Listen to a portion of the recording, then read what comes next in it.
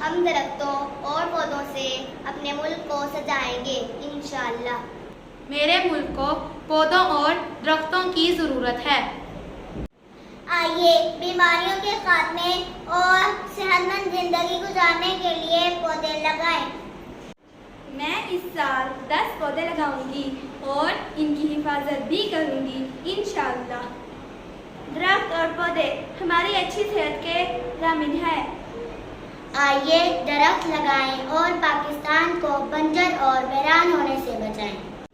درخت ضروری ہیں کیونکہ مجھے سانس لینے کے لیے آکسیجن کی ضرورت ہے۔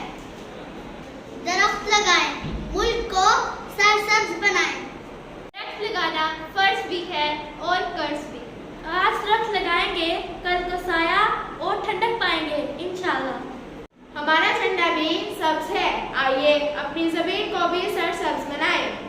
درختوں کے بغیر اچھی صحت ناممکن۔